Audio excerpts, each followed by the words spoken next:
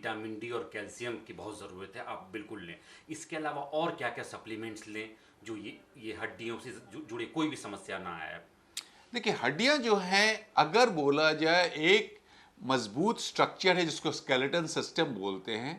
हड्डियों में बहुत सारे तत्व होते हैं, कोलाजन होते हैं, कैल्शियम होता है, विटामिन डी होते हैं, बहुत सारे मिनरल्स होते हैं। ये सारे मिलके हड्डियों को मजबूत बनाते हैं। मैंने जो आपको बतलाया कि 35 वर्ष के बाद आपकी हड्डियों की क्षय होने की संभावना 0.3 से 0.4% प्रति वर्ष होगी। मीन जितना भी आपने अर्जित किया है वह उसके बाद नुकसान होगा ही।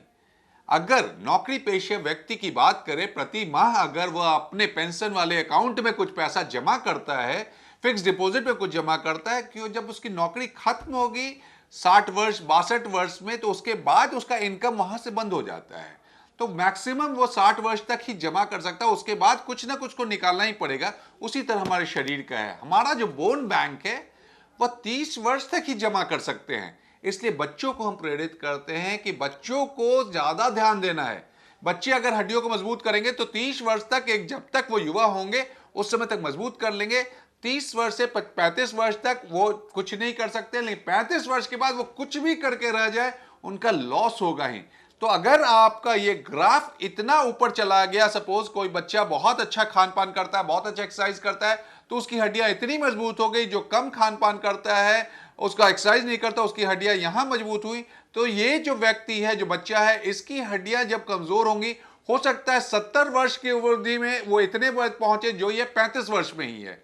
इसलिए बच्चों को हमें ज्यादा प्रेरित करना है, खान पान में ज्यादा ध्यान देना है। कैल्शियम की बात मैं लगातार बोलता रहता हूं। अब कैल्शियम आएगी कहां से? सबसे अच्छा स्रोत है दूध।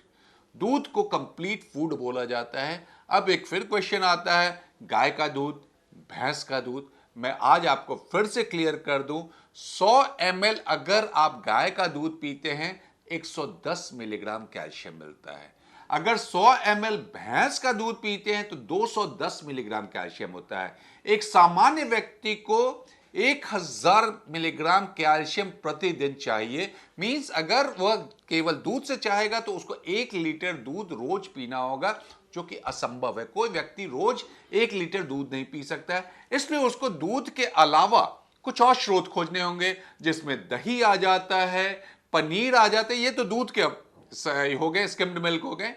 अब मांसाहारी भोजन की बात करें तो रेहू मछली में 100 ग्राम रेहू मछली आप खाते हैं तो 650 मिलीग्राम आपको मिल सकता है। उसके अलावा बांगड़ा मछली में भी बहुत अच्छा है। चिकन में 60 मिलीग्राम केवल मिलता है। 100 ग्राम खाते हैं तो केवल 60 मिलीग्राम मिलता है। एक अंडा आप खाते हैं तो केवल 30 मिलीग्राम आपको कैल्शियम मिलता है। इसलिए अंडा और ये जो चिकन है उसमें बहुत ज्यादा स्रोत नहीं है कैल्शियम का। अब शाकाहारी लोगों की बात करें, मेथी में बहुत अच्छा कैल्शियम है। मेथी में अगर आप लेते हैं, चुकंदर में, बीट रूट में है, आपको बंद गोभी में है, गोभी में है, ये सब अच्छा है। पालक में जैसे कम है, 100 ग्राम खाइएगा केवल 60 मिलीग्राम मिलेगा। तो खान पान में आपको सेलेक्ट करना पड़ेगा दूध, मांसाहारी भोजन, शाकाहारी भोजन को मिला के कैसे। अगर आप 1000 मिलीग्राम खाद्य पदार्थ से ले सकते हैं तो आपको बाहर से कैल्शियम लेने की कोई जरूरत नहीं है। लेकिन अगर आप यहां से कम खा रहे हैं, आपका कैल्शियम यहां 500 आ रहा है, तो 500 मिलीग्राम आपको बाहर टैबलेट के रूप में लेना पड़ेगा और जिंदगी भर लेना पड़ेगा। एक छोटी सी चीज मैं जरूर बता दूंगा, जो 1000 मिलीग्राम की बात किया, 1500 मिलीग्राम चाहिए अगर वो औरत गर्भवती है, और अगर औरत बच्चे को दूध पिला रही है तो 2000 मिलीग्राम कैल्शियम चाहिए। यह सब बात समझना होगा। इसलिए हमारे चाहिए, हम लोगों का बनता है कि गर्भवती महिलाओं को, जो मां दूध पिला रही है, उनको कैल्शियम ज्यादा दें, जिससे कि उनकी हड्डियां ज्यादा मजबूत हो और बुढ़ापे में ऑस्टियोपोरोसिस से ग्रसित ना हो।